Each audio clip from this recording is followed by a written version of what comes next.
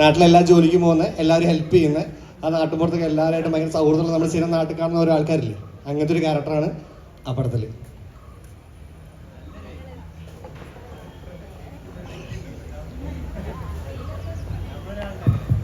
ഈ നമ്മുടെ ട്രെയിലറിലൊരു പ്രണയമൊക്കെ കണ്ടു, അതെങ്ങനെയാ ഒരു ഞാനുണ്ടെങ്കിൽ പ്രണയം ഉണ്ടാവില്ല ഗൈസ്. അതായത് ലവ് സ്റ്റോറിയാണ് ആക്ച്വലി പടം. ലവ് സ്റ്റോറി സ്റ്റാർട്ട് ചെയ്യുന്ന ദെൻ ഒരു ഫാമിലിയിലൊക്കെ കയറിപ്പോയി ഇങ്ങനെ കുറച്ചും കൂടി മൊത്തത്തിൽ അങ്ങനെ ഒരു പരിപാടിയാണ്. മെയിനായിട്ട് പ്രേമമാണ്, പ്രേമവും അടിയുണ്ട്, ചെറിയ ഫൈറ്റും ഉണ്ട്, അതേപോലെ ഫാമിലി ഉണ്ട്, എല്ലാം കൂടി മിക്സപ്പ് ആയിട്ടുള്ളൊരു പരിപാടിയാണ്. അപ്പം സത്യം പറഞ്ഞാൽ ഷോർട്ട് ഫിലിംസിൽ ഞാൻ കുറേ പ്രേമം പരിപാടിയാണ് ഫുൾ ചെയ്തത് പ്രേമമാണ്. അപ്പോൾ സിനിമയെ ചെയ്യാൻ ഭയങ്കര ആഗ്രഹം ഉണ്ടായിരുന്നു. അപ്പം അങ്ങനെയാണ് ഇങ്ങനൊരു പടം വന്നതും. അപ്പം ബിഗ് സ്ക്രീനിലും കൂടി പ്രേമിക്കാന്ന് വിചാരിച്ചിട്ടാണ് ഈ പടത്തിൽ. അപ്പം എൻ്റെ പ്രേമം ബിഗ് സ്ക്രീനിൽ കാണേണ്ട ആൾക്കാർ വരാം. ആ ഉണ്ടറാ നീ എടാ മോനെ. അപ്പോൾ സിനിമയെ പറ്റി പറയുന്നത് സിദ്ധാർത്ഥ് ഭരതൻ. സിദ്ധാർത്ഥയുടെ ഒരു കിടിലൻ ക്യാരക്ടർ. സിദ്ധാർത്ഥയുടെ പടങ്ങൾ നിങ്ങൾ കണ്ടിട്ടില്ലേ? ബ്രഹ്മയുഗമൊക്കെ കണ്ടിട്ടില്ലേ? അപ്പോൾ പുള്ളി ഇതിൽ ഭയങ്കര ഡിഫറെൻ്റ് ആയിട്ടൊരു ഗെറ്റപ്പിൽ വരുന്ന ഒരു പടമാണിത്. പിന്നെ പെർഫോമൻസും വളരെ ഡിഫറെൻ്റ് ആണ്, ക്യാരക്ടറും ഭയങ്കര അടിപൊളിയാണ്.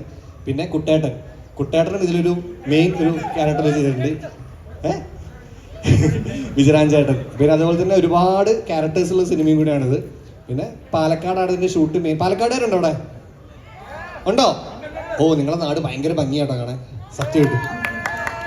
ഓ, അപ്പം മധുവമ്പാട് സാറാണ് ഇതിൻ്റെ ക്യാമറ ചെയ്തേക്കണേ.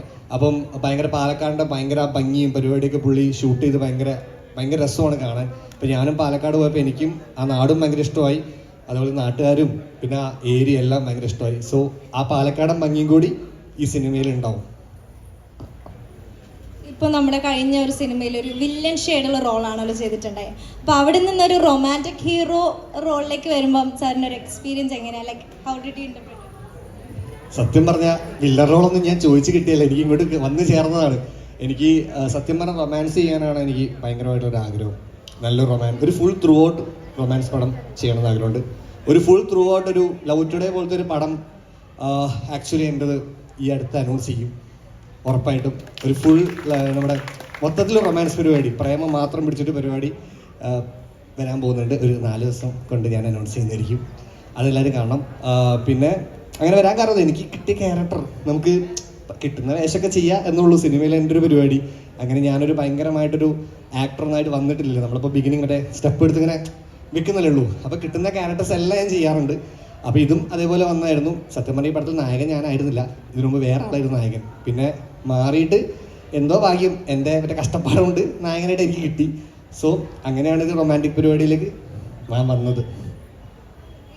നമ്മുടെ സിനിമയിൽ കുറേ പാട്ടൊക്കെ ഉണ്ട്, പാട്ടൊക്കെയാണ് ലൈക്ക് എല്ലാ റൊമാൻറ്റിക് സോങ്സ് ആണോ? അതിൻ്റെ മ്യൂസിക്കൊക്കെ ആരാ ചെയ്തേ സാർ? ഇതിൽ ഫുള്ളി റൊമാൻസ് സോങ് ഒന്നല്ല, ഇതിൽ മ്യൂസിക്കിന് ഇച്ചിരി ഇമ്പോർട്ടൻസ് ഉണ്ട്. കുറച്ചും കൂടി ഒരു ബീറ്റ് പരിപാടിയൊക്കെ പിടിച്ചിട്ടുള്ളൊരു ഡിഫറെൻ്റ് ആയിട്ടുള്ളൊരു മ്യൂസിക് പരിപാടിയാണ് ഇത് പിടിച്ചേക്കണേ. പിന്നെ ഇതിലൊരു പാട്ടുണ്ട്, ഒരു പാട്ട് നിങ്ങൾ കേട്ടിട്ടുണ്ടോ? ഈ പാടത്തിൻ്റെ പേര് അറിയില്ലേ? പറന്ന് പറന്ന് പറന്ന് ചെല്ലാന്നാണ് പേര്. സോ ആ സോങ് നിങ്ങൾ കേട്ടിട്ടുണ്ടോ? ആ സോങ് ആക്ച്വലി നമ്മൾ ഈ പടത്തിലുണ്ട്, റൈറ്റ്സ് മേടിച്ചിട്ട് ഈ പടത്തിലുണ്ട്. അപ്പം എല്ലാ രീതിയിലും പാട്ടുമുണ്ട്, കൊട്ടുപാട്ടുണ്ട്, റൊമാൻസ് സോങ് ഉണ്ട്, ആക്ഷൻ സോങ് ഉണ്ട്.